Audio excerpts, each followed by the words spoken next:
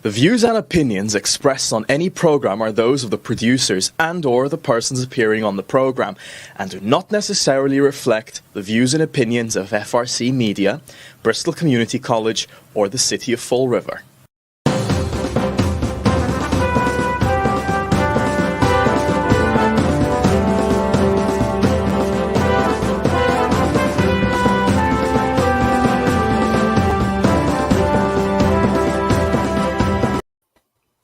Well, hello. Welcome to Spindle City Straight Talk. I'm Chip. And I'm CJ. And it is Monday in the Riv, and we had a stabbing around in the Niagara neighborhood up in your neck of the woods. Yep, I know. Yep. Yeah. So, but before we get into the stabbing, I want to send my condolences to the family of Yvette Mancini. Yvette Mancini was the first Miss Senior Sweetheart in the Miss Senior Sweetheart pageants of America. She then served as the assistant to the president of the company, which was Lenny Kaplan. Yvette was 104 years old when she passed away on Friday, and she was still active up until 2 years ago. She used to make every parade in the city. As a matter of fact, Lou Pereira, I believe, used to drive her around in the car that she would be in. And she tried to make every event. She was a very active woman. She did a lot. She was an LPN for years. And she was the charter member of the Licensed Practical Nurses Association of Massachusetts, District 21, having served as vice president and president. She was a communicator of St. Mary's Cathedral. I believe she was also at Sacred Heart Church when it was still open, because her entire family has been there. She was very energetic and was an active member of the YMCA until COVID struck in her 103rd year. That's when she started to decline. I believe she was still teaching water aerobics. At 103 years old, she was still teaching water aerobics. Don't you wish you were doing that good right now?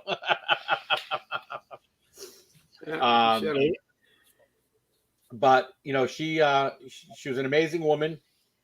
She took everything in Fall River to heart, and she worked diligently on doing things. She was a board member for the Council on Aging. And here's the funny thing: she loved clogging, hula, and line dancing. So I want to pass my sympathies on to the Mancini family. I met her son and daughter-in-law a month ago or so when we were doing Lenny Kaplan Shiva, and they were telling me that she was still going, and that her statement was that Lenny beat her. Lenny went first, so he beat her. But at 104 years old, I think you beat everybody, Yvette. It was a pleasure to have you in our city doing everything that you did. So just wanted to get that out there because it was important. And matter of fact, Linda Pereira was also a very good friend of hers. So it says a lot about Fall River. Yeah, well, she had a long and very, very productive life. And so that's the condolences to the family, but they had her for a very long time, which is good. So, okay, now we had a stabbing, and well, at least it wasn't a shooting, I guess. That's when you get to the point where you have to say, okay, it was only a stabbing. Actually, according to Will Flanagan, the stabbing took place on Plymouth Avenue, and Plymouth Avenue as itself is a crime scene, as police are searching for a suspect in a gruesome stabbing. That's how Will Flanagan put it. And he made that comment about 11 hours ago. And people were saying that Plymouth Avenue was blocked off by the fire station. So I guess it must have taken place over by the fire station, which I found a little interesting. Well, the graphic they had on the TV station this morning that when they were talking about the stabbing, they didn't get into detail, but they did have the graphic actually had a little pointer and it said Niagara So it is, Niagara Street is in that area, but we don't know exact location. So apparently it was somewhere in and around Plymouth Avenue and the fire station, the Flatiron building and stuff like that. But, again, it's unfortunate, but the fact that the streets of Fall River are not really that safe.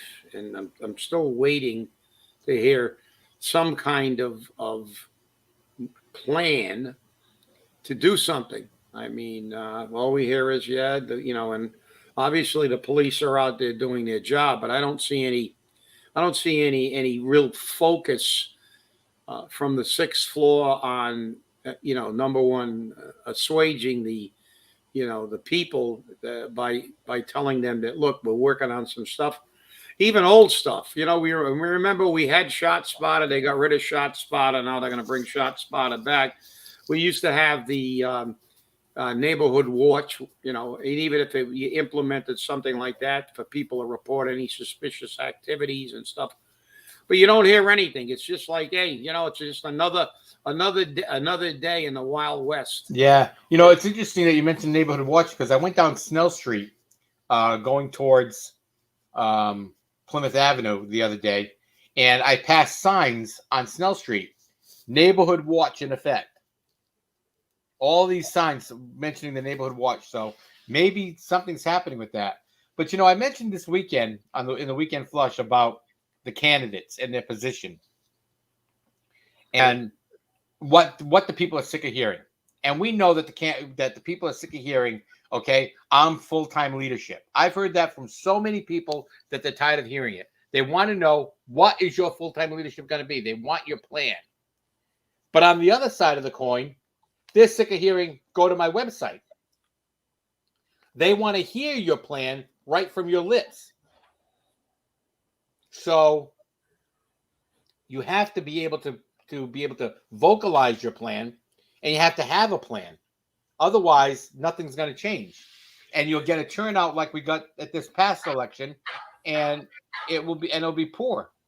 It'll definitely be poor. And we don't want a poor turnout. I'd love to see a 90% turnout, wouldn't you? But absolutely. If you get a 90% turnout, then you can't complain. The people have spoken. Exactly. It's when the people don't turn out because they either feel that it's not even worth it because the city is so far gone, or the fact that they just are so apathetic, or they feel that there's nothing I can do. It's always going to be this way. And, it is a self-fulfilling prophecy. It will always be this way if you don't turn out and vote. And I'll tell you what I hear a lot from people I talk to is that, number one, obviously they want to hear something from Coogan because they feel he's been in for 2 years and there's been no transparency at all. Nobody knows what went on in the city of Fall River for nearly 2 years, including the city council when they just rammed a budget down their throat after just counting calendar days. But what I hear mostly is they don't want to hear, I got a plan. They want to hear specifics. They want to hear about why their taxes are going to continue to go up. What you're going to do to stop that. What you're going to do to stop, these incessant fees.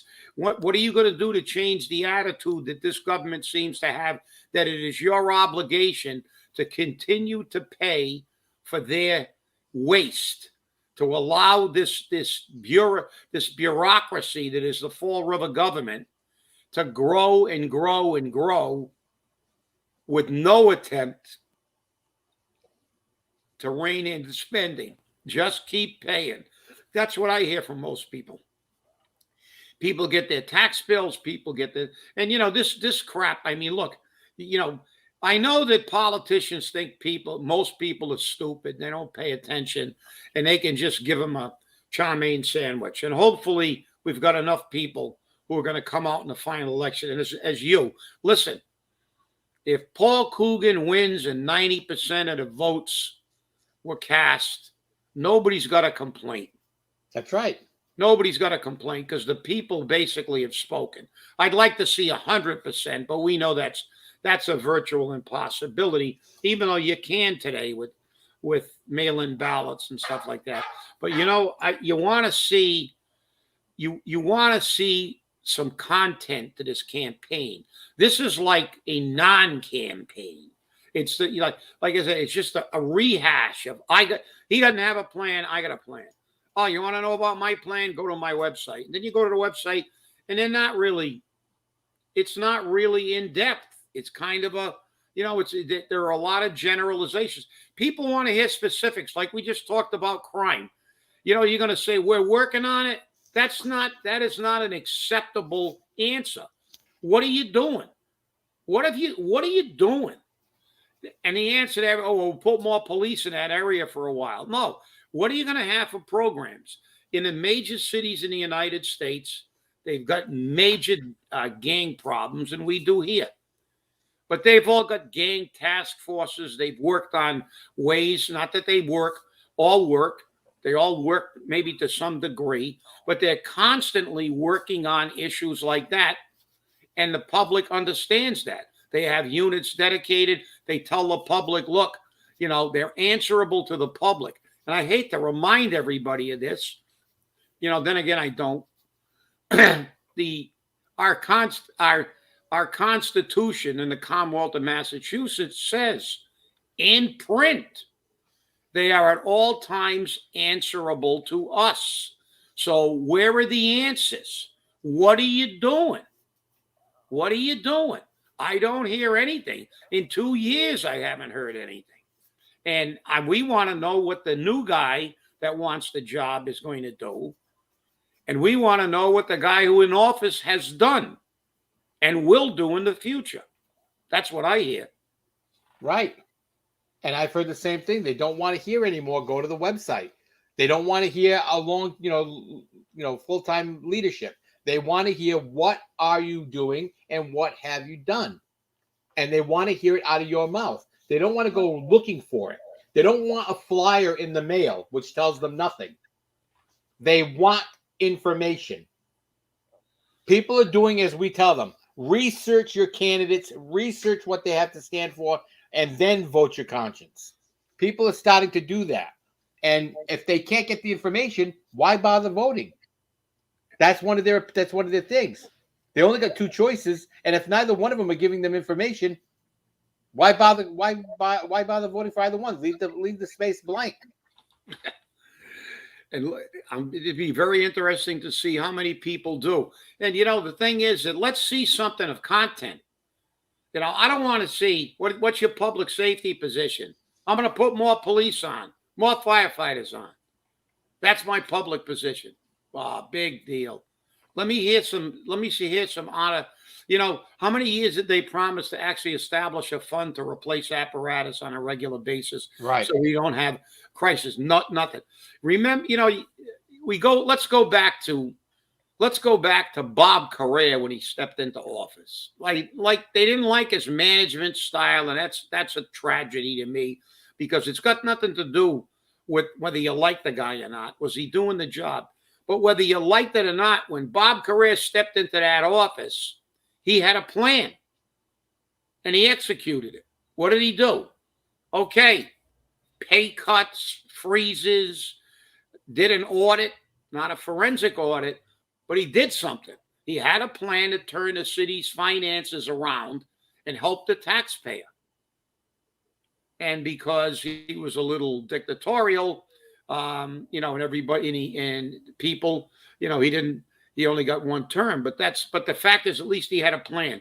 Let's see somebody finally that's in public office, in the mayor's office, make an error of commission by doing something, not of omission by doing nothing. Because right. nobody's got the cojones to do anything. Where's the forensic audit that we've been asking for 9 years? Where is it? How can a city go anywhere until we know exactly how much money we got, how greatly we are in debt, all our liabilities, and then we can go forward? But no, there was an audit spoken about. What was it? Oh, it was going to be a targeted performance audit, which is absolute BS. You know it, and I know it, CJ. Those are political audits. They've been doing performance audits in this city for the last 40 years. And 6 days after that performance audit says everything's okay, they find accounts that have been dormant for 25 years. Right. They find money that's not supposed to be where it is. And so that's those audits are crap. They need to get an outside auditor like Ernst & Young, like we did when we did a forensic audit of the healthcare system. But you know why they don't want to do that? Somebody might go to jail. When they start looking at how they've been handling money, there may be a lot of questions about malfeasance that pops up. So nobody wants to step. Look, if you're going to run for something, grow a set and put forward your plan. Maybe the people will actually reward you by giving you a vote if you're going to tell them you're going to do something like have a forensic audit. But then again, like you said, this is like there's no buzz. I've never seen a mayoral campaign like this at all. There's no real buzz. Something better start heating up because otherwise people are going to stay home again. I have an update on the stabbing. Oh, good. The chief reports that the victim is stable and the suspect is identified and there is a manhunt for him. They were known to each other and it was not random. The suspect is from Rhode Island. So we got a little bit of information from the chief's office. And that came through the bottom line. The bottom line provided that information. Well, thank you, Gene. We appreciate it. Yeah, it's good. But see, this is the stuff. But like you said, you don't expect it just happen. But I mean, it's about how do we prevent stuff like this? How do we do? And now we've got another problem. We've got looks like everything comes to Fall River last. You know, they started at skateboards in California. Then 15 years later, they start with skateboards in Fall River and nobody else is doing it in California. They got something new. But now we've got those motorcycle issues that we had. They had in Providence for a long time. It seems to be coming in Fall River. As a matter of fact, a couple days ago, I had two people on these little tiny dirt bikes. I don't even know if they were registered. Turn almost hit me because they made a hard left and they were in my lane and they were just flying. And then yesterday, coming back from picking up a sandwich, there were about 30 motorcycles on Eastern Avenue. Half of it, I got a good look at them. Half of them were unregistered. They're doing wheelies going down Eastern Avenue, revving their engines near traffic. And one of them, when they got to, that was at Bedford Street, I was making a right. I saw them go popping wheelies. And then when I was behind them at the lights at County. And then one guy actually got out of the southbound lane, went into the northbound lane, and was driving against traffic on a dirt bike on Eastern Avenue. I mean, you know, this is extremely dangerous. They can cause auto accidents. There's also a danger. Remember in New York City a while back that there were hundreds of bikes like that over there, and somebody tried to get through and touch the bike, and they got out and bludgeoned people with their helmets. Right. Dragged them out of the cars and stuff like that. You know, they're revving engines near some elderly couple. I mean, it's just not. And I know I've been told that they are, you know, they are working on this stuff. But I mean, it just seems like all we do. This is the drugs came down from Providence, and now that issue of all these dirt bikes, and there were even a couple of motor scooters there. And listen, I got nothing against motorcycles. I've been riding a motorcycle my entire life. Still got one. And if you remember during a recall, CJ, I used to go on the motorcycle to pick up the sign-in sheets that were filled on the petitions. So, you know, I've been riding a motorcycle my whole life, and you know, I enjoy motorcycle riding. But you know, you can you can ride a motorcycle and have respect for the people around you and everything else, and you can just be looking for trouble. And that's what these, when they're riding like this and up against traffic and popping wheelies in the middle of the street, which is illegal too. They're not doing this to be respectful motorcycle riders, and they give real motorcycle riders who are enthusiastic about being out there with your hair blowing in the wind. They give us a bad name, so I take that one personally. Well, I'll tell you, I've seen you ride more than once. I mean, when we were having the show at the studio, yeah, there'd be mornings that you'd come in on the bike, yeah, and you were fine, and it made it a little easier for you to get around. And on a beautiful day, I'm sure that it felt wonderful. Can't do it with the dog though. Need a sidecar for the dog, yeah. But this is what I mean. Look, there's always a right way and a wrong way to do things, and this thing is a public safety hazard because they were not being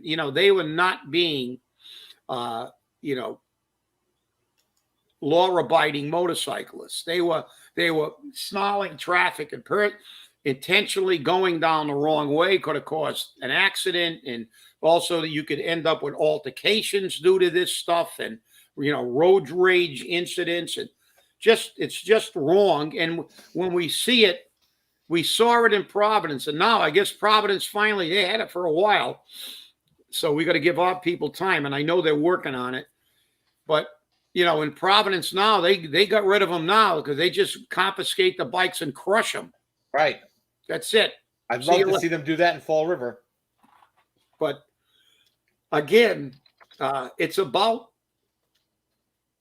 having a city that you can walk around with in relative safety. And, you can't have this kind of such stabbings and this stuff. Just seems to be. And there's where the lack of the transparency comes in. If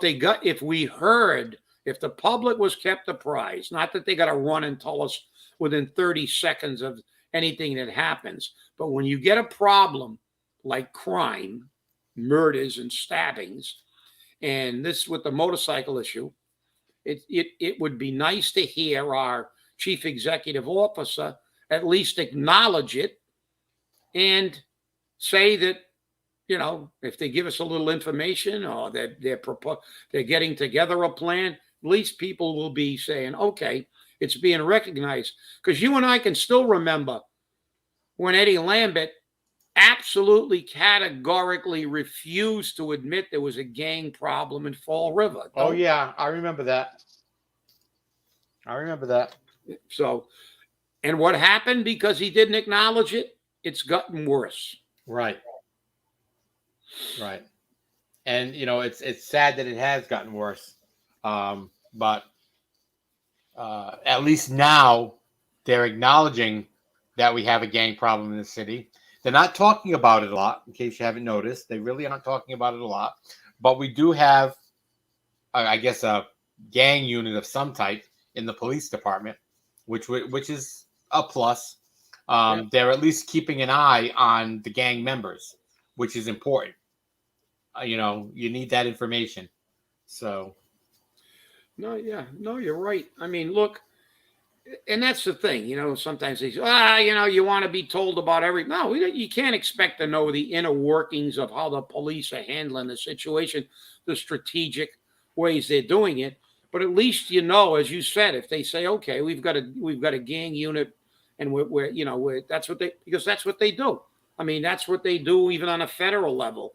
I mean, not that they're doing anything about all the drugs coming over the southern border, but the fact is they know who the drug cartels are. Exactly. They know the hierarchy of the drug cartels. They know the routes they're using. They're just not stopping them because they're too busy trying to keep 15,000 people from crossing the border illegally, and then they blame the border agents who are overwhelmed to deflect the fact that they're not doing a damn thing about it, and they're lying. And that's what irritates me about all politicians. Don't lie. Don't say you're going to deport them all and then have like 12,000 they admitted now are in the United States. So there were 15,000 under a bridge. Right. They said they were going to deport them all. And now, after that waste that we got in charge of it, Mayorkas lied his ass off in front of the Congress and said he didn't know the numbers 2 days in a row, even the second day. Now they finally got him to admit they've released 12,000 into the country. 12,000. So, but you know they're gone now. They're gone. Oh, they're gone. You'll never see them again because they didn't even give him a notice to appear. Right. They gave him a request. Right. Yeah. If you feel like it, show up to some immigration office. Yeah, that'll be the day. Mm-hmm. They gave him a care package, money, and they said you can go anywhere you want in the United States. Just tell us. No COVID tests, nothing. No criminal background checks, nothing. And they're doing it with everybody. So, this is the problem with government. Yeah, all they care about is taking care of themselves and deflecting the issues. So I guess that's my call for transparency. Well, we need a lot of transparency. I'm still waiting for some transparency within the city government. So it will be nice to see. But you know what's interesting while we're talking about city government? Mm-hmm. I was looking at the city council agenda for tomorrow. Ooh. Imagine that. And the city council has sent back twice requests from the mayor for the allocation of capital funds. The city council sent it back and said specifically, we want to know where it's going, why it's going, and what's happening. They made a specific request for when it came back. It came back the exact same way it came down the previous 2 times. And the mayor is saying the city council is not cooperating with him. No, he's not cooperating with them. If they've asked for information before they approve something, give it to them. Then maybe you'd get it approved. This baloney of I'm going to play this game of who's doing what to who, that doesn't play anymore. No, you're right. That doesn't play. The city council has a right to ask those questions because that's the job. They have to approve that expenditure. So, I mean, imagine if you and I could do that. We just walk down there to a bank and say, well, just give me this amount of money. And they're going to go, well, what are you going to use it for? None of your business. Well, if it's none of my business, you don't get the money. See, and here's exactly what they were requesting. The mayor sent it down again in the exact same format he sent it down the previous times. He's asking for $1,677,400 from the general fund stabilization account to go to facilities maintenance capital, $150,000, community maintenance capital, $937,100, police capital, $410,300, and fire and emergency services capital, $180,000. Now, we understand by the names of those titles of what they are. But guess what? Where is the money actually going? What's it for? Now, we've heard that for community maintenance, they've had to buy a backhoe or they had to buy a new truck or whatever the case may be. But the people have a right to know where their money is going. And if they can't get that information from the mayor, what is the mayor trying to hide? Mr. Mayor, what are you trying to hide? Because it sounds like you're trying to hide something. At least it does to me. I don't know about you, Chip, but to me it does. Oh, well, yeah.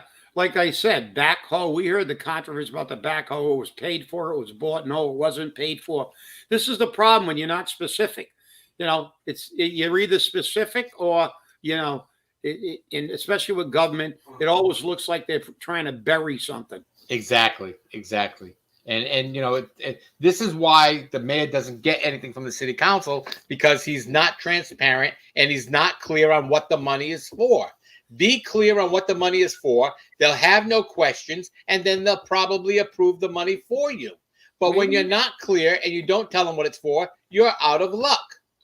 Maybe it's the transportation down to the Taunton River so they can jump in. They can jump in, exactly. Yeah. Well, we're out of time, everyone. Thanks for watching. Have an amazing day. And remember, stay safe, stay angry, and hold your politicians accountable. Have a great day, everyone. Bye.